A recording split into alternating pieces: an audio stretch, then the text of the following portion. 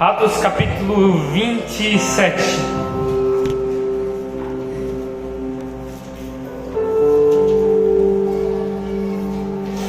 Eu já ministrei essa palavra alguns anos atrás.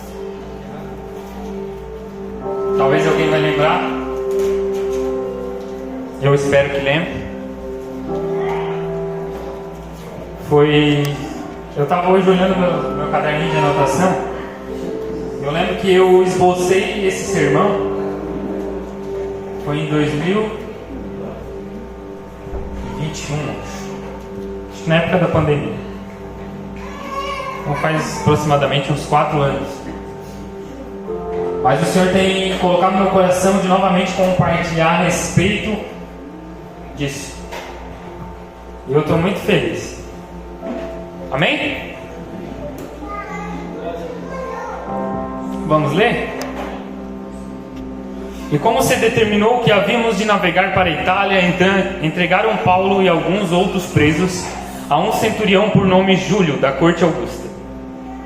Então, embarcando nós em um navio adramitino, partimos navegando pelos lugares da costa da Ásia, estando conosco Aristarco, macedônio de Tessalônica. E chegamos no dia seguinte a Sidom, e Júlio, tratando Paulo humanamente, lhe permitiu ir ver os amigos, para que cuidassem dele. E partindo dali, fomos navegando abaixo de Chipre, porque os ventos eram contrários. E tendo atravessado o mar ao longo da Cilícia e Panfilha, chegamos a Mira e Nalice. E achando ali o centurião, um navio de Alexandria, que navegava para a Itália, nos fez embarcar nele. E como por muitos dias navegássemos vagarosamente, havendo chegado apenas defronte de Cínido, não nos permitindo o vento ir mais adiante, navegamos abaixo de Creta, junto a Salmoné. E costeando dificilmente, chegamos a um lugar chamado Bons Portos, perto do qual estava a cidade de Lasreia. E passando muito tempo, sendo já perigosa a navegação, pois também o jejum já tinha passado, Paulo os admoestava, dizendo-lhes: Senhores, vejo que a navegação há de ser incômoda, com muito dano, não só para o navio e carga, mas também para as nossas vidas. Mas o centurião cria mais no piloto e no mestre do que no que dizia Paulo. E como aquele porto não era cômodo para hibernar, a maioria deles foi parecer que partisse dali para ver se podiam chegar a Fenícia, que é um porto de Creta, que olha para o lado do vento da África e do Coro, e invernar ali. E soprando o sul brandemente lhes pareceu terem já o que desejavam. Então, levantando-se as velas, foram de muito perto costeando Creta. Mas não muito tempo depois, deu nela um pé de vento chamado Euroaquilão. E sendo o navio arrastado e não podendo navegar contra o vento, desistimos de lutar e nos deixamos ir à deriva. E correndo abaixo de uma pequena ilha chamada Clauda, apenas pudemos segurar os botes salva-vidas. E levado este para cima, usaram de todos os meios, amarrando o navio, e temendo darem na costa de Sirte, amainadas as velas, assim foram à toa. Até aqui, irmãos. Eu não orei, né? Não, né? Vamos orar? Orei? Não. Se levante, por gentileza. Agradeço pelo André que já ter orado por mim. Mas eu queria fazer essa oração para que nós venhamos compreender as Escrituras do Senhor juntos. Amém? Pai, muito obrigado por mais uma noite nós estarmos reunidos para aprender das Tuas Escrituras, para aprender da Tua Palavra, Senhor Jesus. Aquilo que o Senhor já tem compartilhado no meu coração, aquilo que o Senhor já tem me ensinado e ainda está me ensinando, me corrigindo, me exortando, Senhor. Ensina também aos meus irmãos, para que todos nós venhamos sair daqui cheios do conhecimento. Que o Teu Espírito venha continuar ministrando dentro dos nossos corações a partir também desta mensagem, Pai. Em nome de Jesus, aquele que tem dificuldade de compreender, em nome de Jesus, venha compreender nessa noite. Amém e amém. Pode se assentar, por gentileza?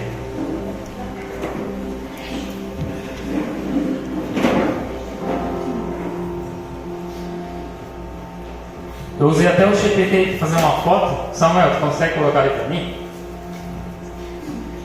E eu queria compartilhar um pouco sobre essa história. Quem aqui já ouviu falar de Malta? Pelo menos lembra da palavra Malta. André tá rindo. Parece um filme, né? Quem aqui já ouviu? Malta era uma ilha, a qual Paulo e mais uns prisioneiros pararam nessa ilha. Não era o desejo deles, não era a vontade deles, mas eles acabaram parando nesse lugar. Ali eu botei embaixo, entre Cesareia e Roma, Malta. Paulo, ele tinha o início de uma partida que era em Cesareia, e ele precisava chegar a Roma, onde ele deveria ser julgado. Mas entre Cesareia e Roma, ele acaba parando em um lugar que não estava calculado, que não estava programado. E é sobre isso que eu queria compartilhar nessa noite. Paulo já havia passado, claro, já havia sido convertido a Cristo. Depois ele vai para a igreja da Antioquia, e lá ele começa a ensinar, a instruir. E lá o Espírito Santo separa ele e Barnabé para a obra missionária. Eles vão fazer missões, vão em Chipre, vão em Derbe, Listra. Lá eles ganham um monte de gente para Jesus. Paulo já havia sido apedrejado em Listra, já havia sido preso em Filipo, já havia passado por 3 naufrágios, já havia sido caluniado, expulso de Éfeso, perseguido, torturado. Paulo já havia tido todas as experiências de um missionário: sobreviver com muito, sobreviver com pouco, sobreviver sozinho, acompanhado.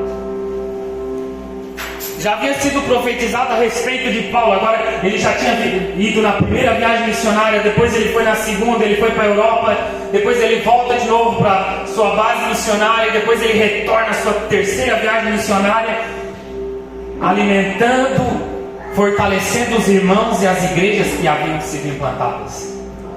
Já havia igreja em Bereia, já havia igreja em Filipos, já havia igreja em Corinto, já havia igreja em Éfeso, já havia igreja na Ásia, na Europa.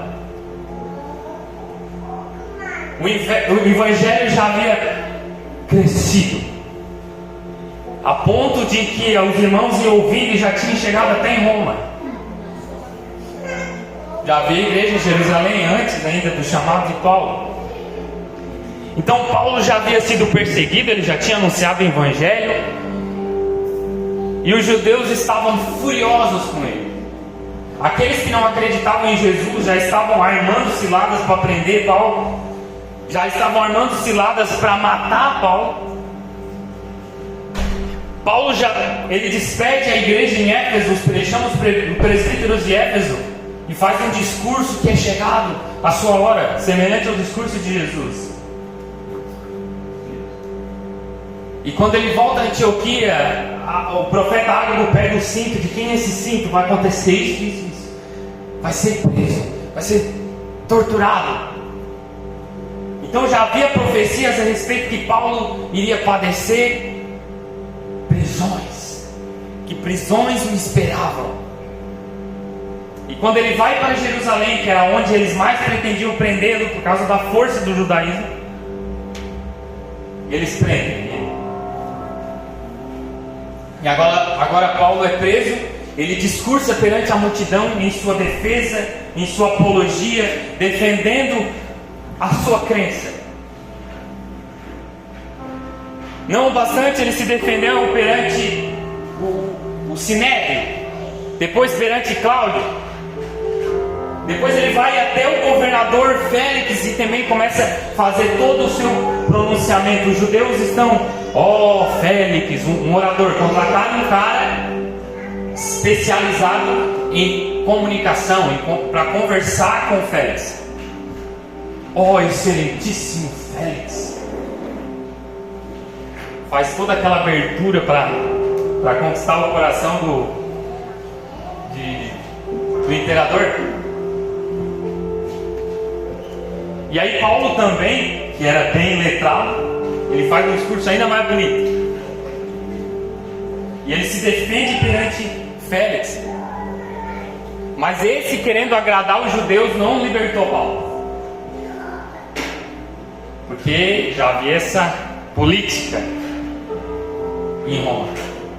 Depois Félix ele teve um sucessor chamado Festo. E Paulo, novamente, discursando o mesmo discurso, defendendo o mesmo evangelho, ele fala tudo de novo. Por causa disso fui preso, não fazendo mal para ninguém. Um sobrinho de Paulo chega até Paulo e diz: olha, eles vão te matar, os judeus estão preparando uma emboscada, estão preparando te matar no caminho. Então Paulo, o Espírito Santo já tinha falado para ele, um anjo já tinha aparecido para ele e dito que era necessário que ele chegasse em Roma e fosse julgado lá. E Paulo apela a César. Quando alguém apelava a César, só um cidadão romano poderia fazer isso. Ele apelou a César, que era a mais alta instância de um julgamento. Ele poderia ter sido julgado pelos governadores, pela local, mas ele apelou para o último julgamento, que era em Roma.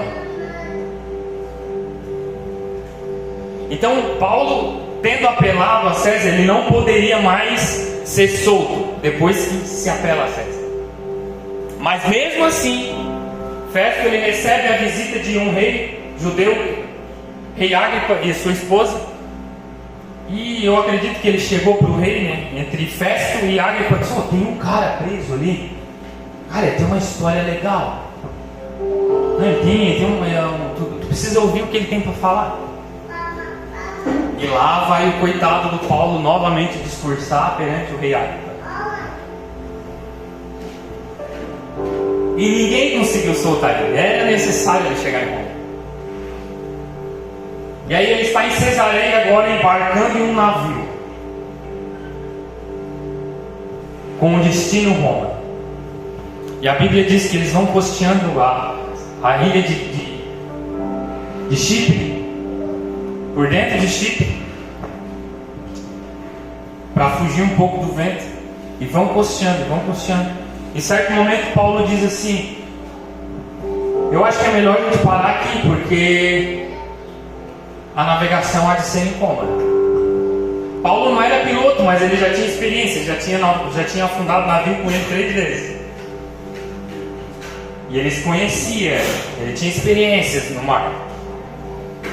Mas Júlio, que era o principal romano daquele barco, ele estava com vários prisioneiros, além de Paulo. Ele era o romano que estava responsável pelos prisioneiros. Júlio, ele escutava mais ao que o piloto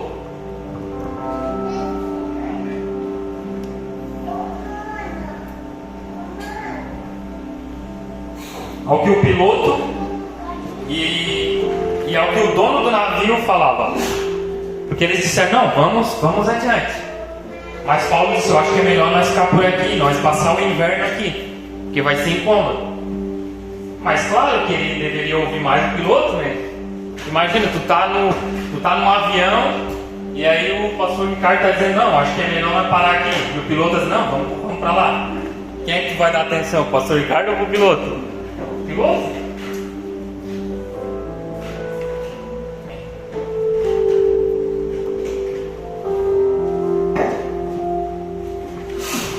E aí eles continuaram o barco, a navegação. E a Bíblia diz que de repente veio um pé de vento chamado Euroclão, vento nordeste.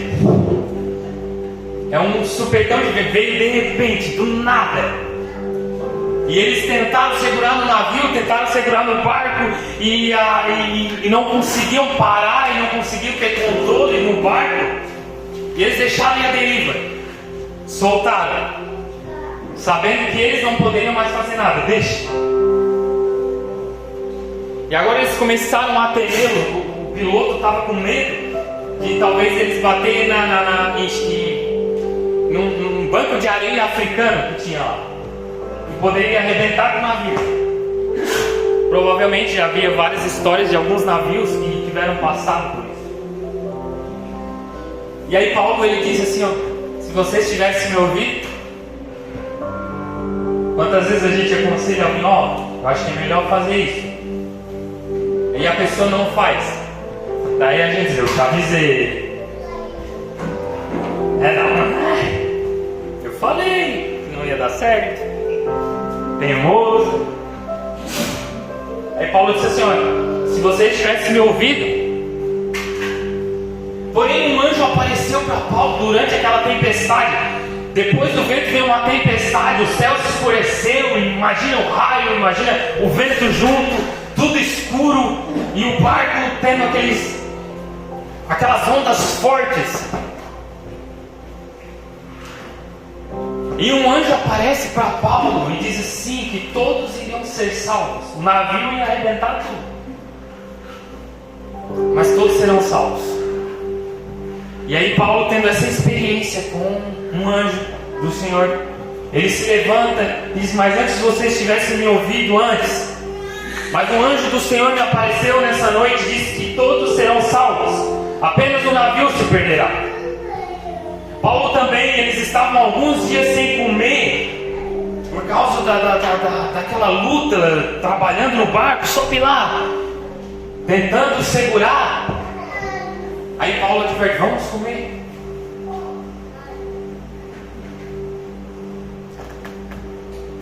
O piloto e o dono do barco estavam já pegando o bote para fugir. Aí Paulo disse para o centurião romano, Paulo disse para o Júlio, se eles fugirem, não garanto nada. Se eles fugirem, nós não podemos ser salvos. Aí o Júlio, temendo aquilo, corta a corda e o bote vai embora. Agora está todo mundo no barco. Eles lançam as braças, né, e começam já a marcar 20 braças. Eu acho que referente a 10 metros, né, mais ou menos. Não sei. Está perto. 10 metros embaixo da água, está chegando. De repente o barco chega na areia e ele para. E as ondas que vêm por trás começam a abrir o navio estoura, todo mundo começa a pular do barco. Paulo, os presos, os romanos, os soldados queriam matar os prisioneiros, com medo de eles fugissem. Mas Júlio, para salvar a vida de Paulo, ele disse, não mata ninguém. E todos pularam do barco. E as escrituras dizem que uns em pedaço de tábua, um pedaço de caco do navio, um retalho do navio, chegaram todos são e salvos em uma ilha. Em uma pequena ilha chamada Malta. E as escrituras dizem que havia uns bárbaros ali. E a gente não pode olhar bárbaros como a gente vê hoje, como pessoas cruéis. Moradores daquela ilha que falavam outra língua. E a Bíblia diz que eles trataram esses que vieram nos pedaços do navio, esses prisioneiros. A Bíblia diz que eles trataram eles humanamente. Começaram a levantar uma fogueira, porque imagina, tempestade, chuva, frio. Eles já deviam estar molhados no barco. E agora na água eles deviam estar com muito frio. Eles deviam estar encarangados.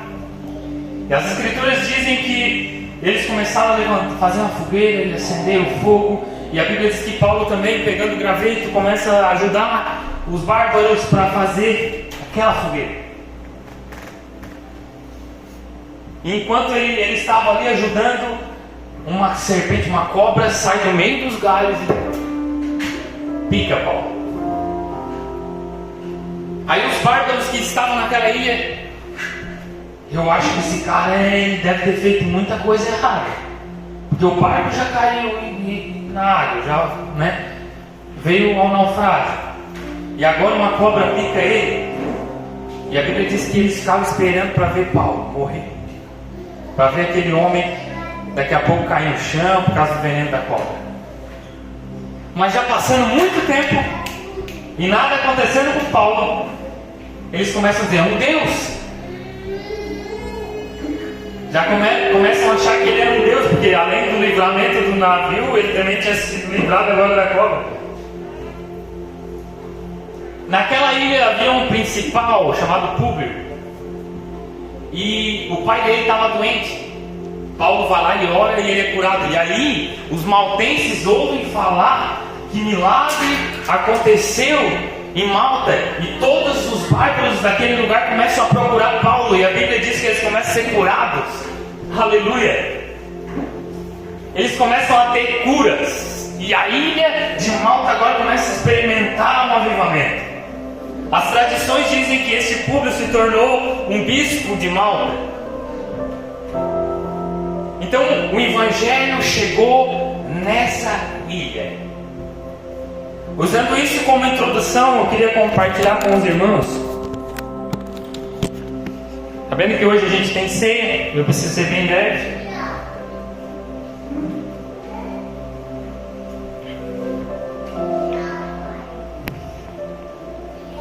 Eu queria compartilhar com os irmãos aquilo que eu aprendo com essa mensagem. Todos entenderam até aqui? Por isso ali na foto tem o barco, tem Paulo, uma imagem figurada, né? De Paulo acorrentado em uma cobra, uma fogueira, os bárbaros, a bússola, que eles não sabiam nem onde eles estavam. A primeira coisa que aconteceu foi o Euroaquilão, um pé de vento chamado Euroaquilão. Há ventos que nos tiram o controle. O texto diz que o navio foi arrastado e não podia resistir ao vento. Tem momentos na vida em que você não consegue controlar a situação, não consegue manobrar, só consegue se segurar. E isso não significa falta de fé. A gente tem um ponto de partida e Deus às vezes nos dá um propósito. Às vezes eu tenho um propósito, um destino, chegar em um lugar. Eu tenho um destino, chegar lá no cantinho do sabor, mas de repente pode furar o pneu. De repente pode acontecer algo inesperado. Então, às vezes nós recebemos este Euroaquilão, a gente está com algo programado, a gente está tudo no script, está tudo esquematizado. Não, eu já sei o que eu vou fazer. Deus disse que eu vou lá e eu já sei o que eu vou fazer. Aí Deus manda um vento Euroaquilão, algo que você já não tem mais controle na vida. Aí você já não sabe mais o que fazer. Tu tenta fazer, você não entende o que está acontecendo. Deixa eu te dar um conselho. Deixa ir à deriva. Deixa o Senhor controlar. Nós temos um propósito: chegar na terra que o Senhor tem preparado para nós. Alcançar, a gente já alcançou a salvação, mas chegar naquele dia diante do Senhor e Ele dizer: servo bom e fiel. Mas até chegar esse dia vai vir muito vento. Você não vai escapar do vento. Talvez você está passando por isso, e eu não quero trazer uma mensagem motivacional, mas para a gente compreender e a gente entender que é o Senhor. Muitas vezes a mulher sábia edifica a casa, tola com as mãos a derruba. Tem coisa que tem que tirar a mão. Tem coisa que a gente quer colocar a mão em tudo. Não, Deus, deixa Deus fazer. Deixa Deus trabalhar. Deixa ir a deriva. Talvez o Senhor está querendo te colocar, te levar para um lugar que você não está programado para ir. Agora se o vento. Nem todo vento é para nos parar. Alguns são para te levar. Esse vento empurrou o navio para onde eles não pretendiam ir. Existem ventos contrários que na verdade estão te conduzindo para lugares que você nunca pisaria pela própria vontade, mas que fazem parte do plano de Deus. Eu lembro no ano que passou, eu fui levar o Israel no hospital. O Senhor nos usa para orar pelos enfermos, os enfermos serem curados. Mas parece que o teu filho nunca dá certo. Parece que os da casa tu jejua, tu ora e ele só piora. Mas Paulo também deixou um cara no hospital, então tá tudo certo. Se o próprio apóstolo Paulo deixou um irmão no hospital, amém. Fui levar o Israel no hospital. E aí tinha uma mulher sentada aqui do meu lado. Eu comecei a conversar com ela, uma senhora. E o irmão dela tinha câncer. E ela já estava cansada.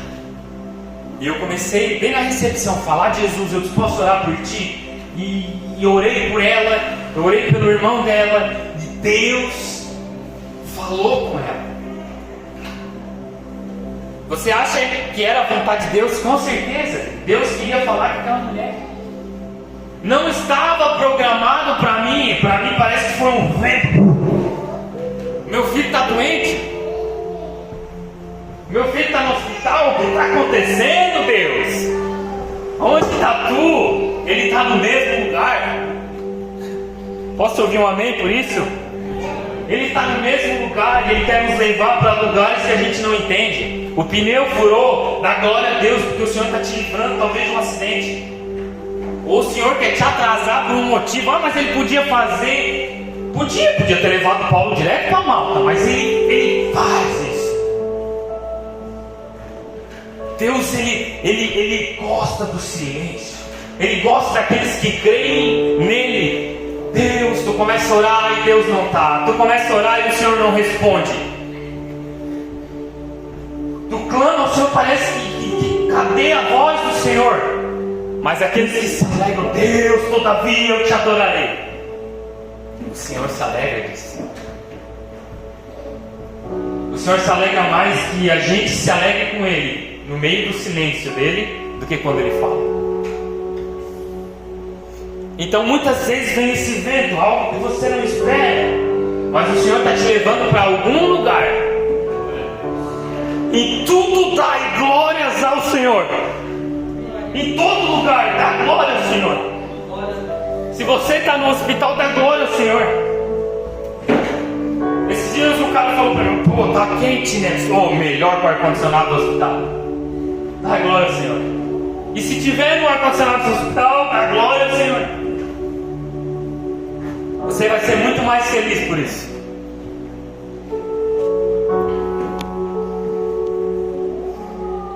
Quem lembra que eu compartilhei na última mensagem sobre Estevão, a vida de Estevão? E eu falei sobre aquele jovem, se ele não fosse apedrejado, a igreja foi dispersa, foi um vento. A morte de Estevão foi um euroaquilão, um vento inesperado na igreja de Jerusalém. Mas as escrituras dizem que a igreja se dispersou, mas por causa dessa dispersação, é isso mesmo. Quase. Esse é um euroaquilão, estou dizendo. Foi aí que eu vi. Então é aqui. Por causa dessa dispersação, a igreja foi alcançada, o evangelho foi alcançado em Antioquia, o evangelho foi alcançado em Samaria. Então todas as coisas cooperam para o bem daqueles que amam. Esse vento levou a igreja a crescer. José do Egito também, lembra? Veio um vento sobre a vida dele. Os irmãos dele venderam ele como escravo. Os irmãos deles lançaram ele dentro de um poço. Depois venderam ele.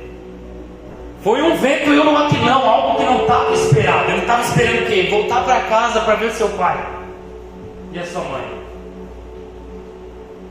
Mas de repente veio esse vento e levou ele para um lugar inesperado. Ele não sabia. Ele foi para a prisão. mais um vento, a tempestade vindo sobre a vida de José.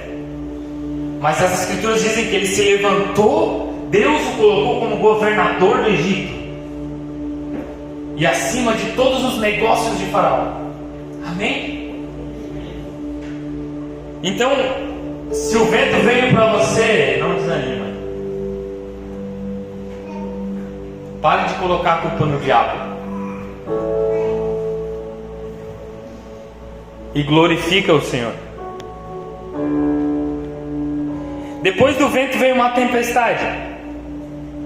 Existem pelo menos 4 tipos de tempestades na Bíblia. A tempestade que o diabo vem, que são principados e potestades, e tem as tempestades por desobediência, e essas duas andam junto, a desobediência e a tempestade que o diabo, as potestades, os principados enviam.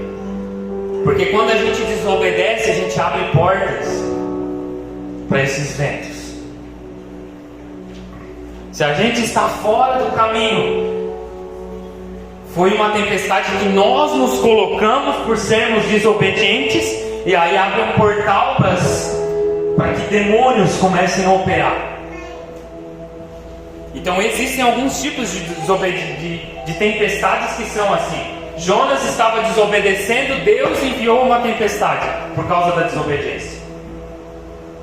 Aquela tempestade foi Deus que enviou, mas foi por meio de uma desobediência. Existem tempestades que são por permissão, como foi na vida de Jó, que Deus permite que aconteça, como foi na vida de Paulo. Existem tempestades que são dentro do propósito, porque Deus tem algo para fazer. E a primeira coisa que eu aprendo com as tempestades é que elas nos levam para um lugar de oração. Se a tempestade não vem, Jonas estava lá fugindo, desobedecendo ao Senhor, mas Deus enviou uma tempestade. As escrituras dizem que eles pegam Jonas e lançam para fora do barco. Um peixe vem e engole ele. Essa história você conhece. Essa história eu acho que a maioria das pessoas conhece. E dentro do peixe ele começa a orar. Se a tempestade não vem, se aquele, e os marinheiros começam, o que está acontecendo aqui? Se a tempestade não vem, talvez Jonas ia ficar naquele barco e ia desobedecer ao Senhor, ia para outro lugar. Mas a tempestade veio para colocar ele num lugar de oração. Muitas vezes a tempestade vem para nós, o vento vem para nós, as coisas começam a dar errado, e aí a gente começa a orar. Aí agora a gente começa a dobrar o joelho. Agora a gente começa a proclamar o Senhor. Busca o Senhor nos dias bons. Não procure só o Senhor Jesus, não procure orar e buscar o Senhor só nos dias maus. Procure o Senhor nos dias bons. Os dias bons vão te definir nos dias maus. Eu e o Edvan estávamos conversando sobre isso. E aí me veio uma frase: ninguém constrói um bunker no meio da guerra. A guerra está lá, os mísseis não vão construir um bunker. Não. Eles constroem um bunker antes, se preparando para quando o dia chegar, e se chegar, e amém que não chegue, eles estão preparados. As escrituras dizem que Jesus ele conta uma parábola: a casa na rocha e a casa na areia. Um edificou a casa alicerçada bem na rocha, o outro só ergueu no meio da areia. A tempestade veio, a casa que estava na areia foi embora, mas a casa que foi edificada sobre a rocha permaneceu. O que eu entendo aqui? A tempestade vem para todos. Agora eu estou na igreja, vai vir para você também, vai vir para mim também. Agora eu me converti, agora a tempestade vai vir. Mas aqueles que estão alicerçados em Jesus permanecerão. Qual é o segredo para permanecer no meio da tempestade, para suportar a tempestade? Edificar na rocha.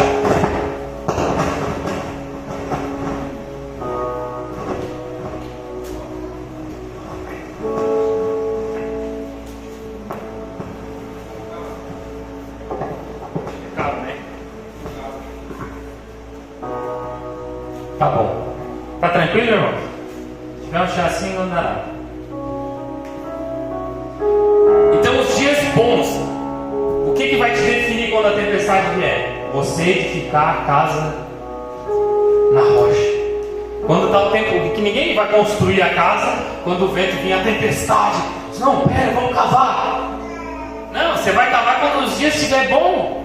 Quando o sol amanheceu, está tudo claro, está tudo bonito, o dia está bonito, agora eu vou começar a edificar uma casa, vou construir. Porque no dia de chuva, no dia de tempestade, não dá para edificar nada. Então, os dias bons, revestidos de toda a armadura de Deus, para quê? Suportar os dias maus. Não é para quando a tempestade veio, os dias maus chegaram, corre lá pegar a armadura, bota ali o calçado do Evangelho da Paz, o cinturão da verdade, a couraça da justiça, o capacete da salvação, pega o escudo e o dardo pegando aqui, irmão, e a flechada pegando no pescoço. Não, é para colocar nos dias bons. Nenhum soldado vai para a guerra. Os policiais estão aqui, ó. Não vai botar a farda na hora que o bandido aparecer. Oh, tem um bandido ali, pega a arma lá atrás da viatura. Bota o colete. Não, tu vai botar antes da operação. Tu vai te preparar antes. E eu acho que é mais do que o Senhor mais quer falar aqui nessa noite é sobre isso. Buscar o Senhor nos dias bons. Lembra de Gideão? Que Deus foi peneirando. Os soldados de Gideão eram milhares. E foi diminuindo. Quem quer ir embora vai. Deus falou para Gideão, ó, disse quem quer ir embora vai. Foi um monte.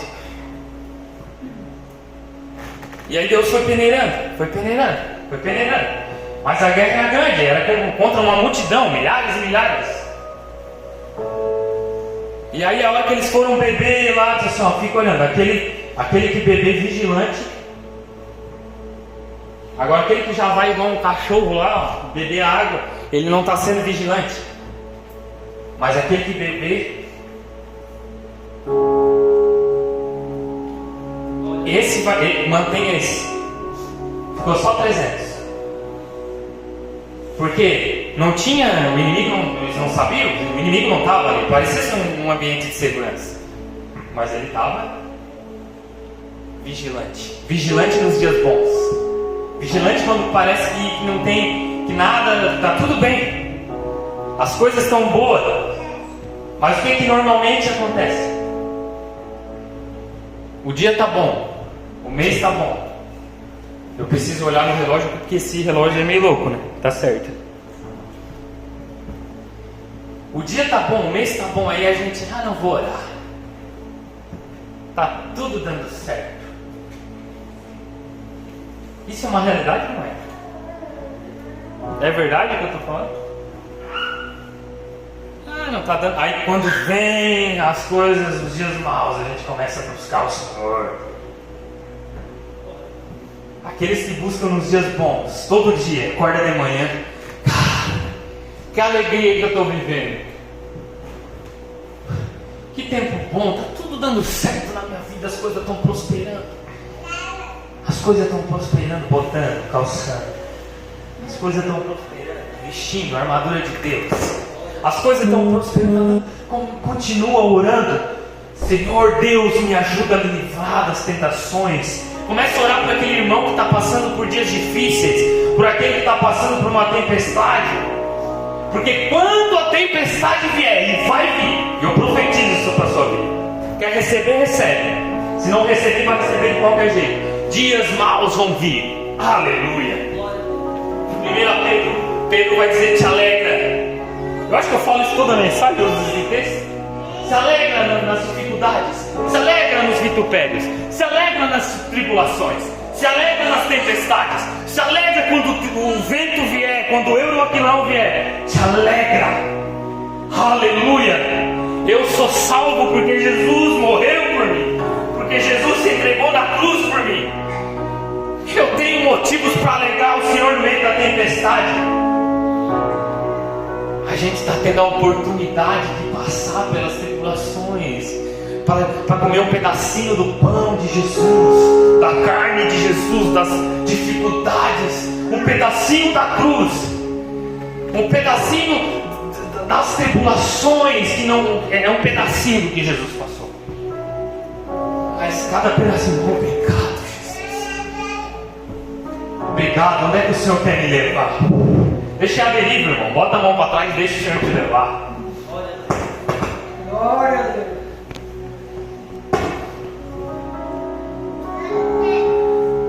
Promessa de Jesus: no mundo tereis aflição.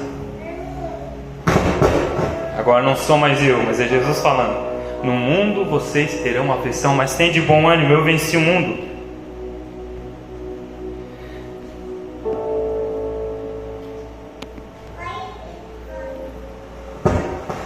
As escrituras também dizem, Jesus conta aquela parábola dos tipos de solo. A semente que foi semeada, aquela caiu à beira do caminho, veio a ave, comeu, e essa ave era simbolizada como o diabo que vem e rouba a palavra daquele que não entende. A outra semente foi lançada em meio às pedras, e ela, não tendo aonde sugar água, não tendo aonde enraizar, ela logo brotou, mas vindo o sol a secou.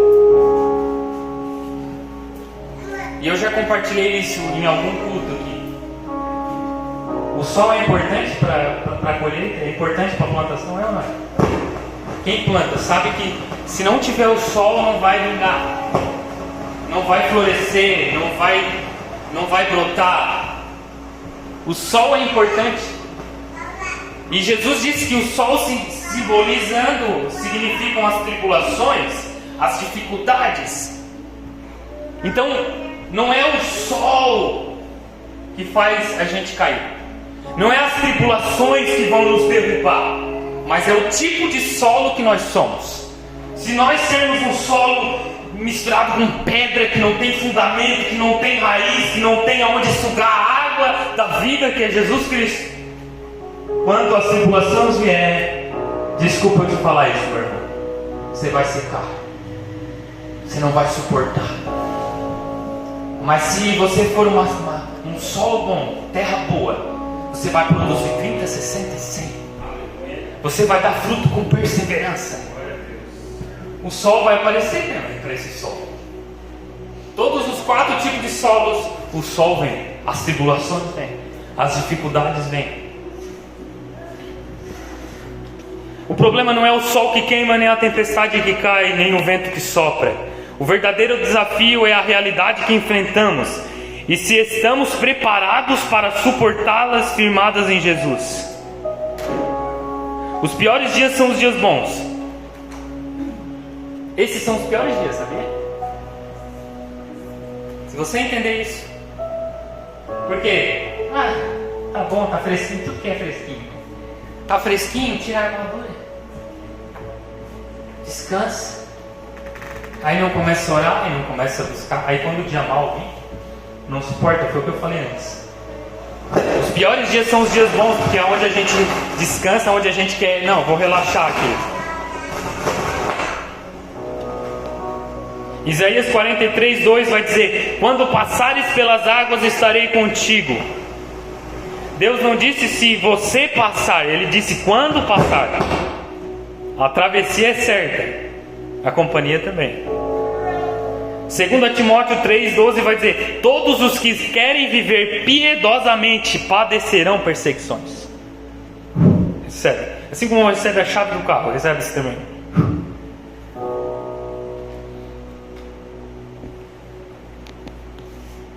Tem mais um monte de coisa para mim falar aqui, irmãos, sobre a tempestade, mas eu preciso pular para terminar.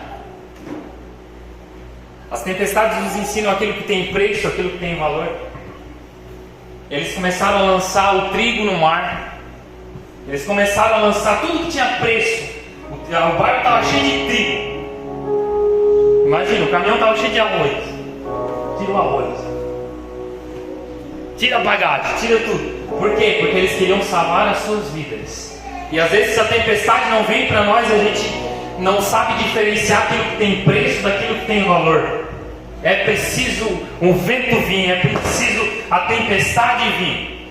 Porque quando o barco se rachou, quando o barco quebrou e eles ficaram segurados em pedaços do navio, aquilo que tinha preço, o navio, estava servindo aquilo que tinha valor. Era só um carro, era só um pedacinho, era só uma taubinha para servir o que tem valor. Talvez o piloto, o dono daquele barco, ele estava apegado no meu barco, ele lustrava todo dia aquele barco. Passar um paninho aqui, meu barco. Mas quando ele só queria a vida dele, ele só queria se salvar.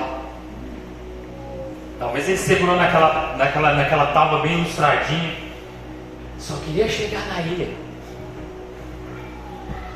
A tempestade nos faz pensar, nos faz meditar, nos faz analisar aquilo que realmente importa. E aí quando eles chegam, então a gente passa por um vento, a gente passa por uma tempestade e também passa por um naufrágio, quando a gente acha que poderia, não, acho que não pode piorar, o barco afunda. Agora tudo parece perdido, agora você só está agarrado no meio da água. E aí chega numa ilha. Descansar aqui, até que enfim. Quando chegar nesse lugar, não é para chegar. É bem simples. Não é para. Eu estou com frio, estou molhado. O que Paulo fez? Foi juntar gaveta. Os bárbaros lá fazendo a fogueira, ele podia. Eu já acho que tinha um monte de gente assim, fresco. Os André não é melancólico, é fresco. Mas Paulo foi juntar a gaveta, ele foi naquele pedaço do barco, ele disse, não, vamos lançar aqui, ó. No meio da dificuldade, quando sirva, não reclame, não se vitimiza, se alegre, começa, o que eu posso ser útil aqui? E cuidado quando tudo parece que está bom. Cuidado quando a fogueirinha está quente e vem uma cobra.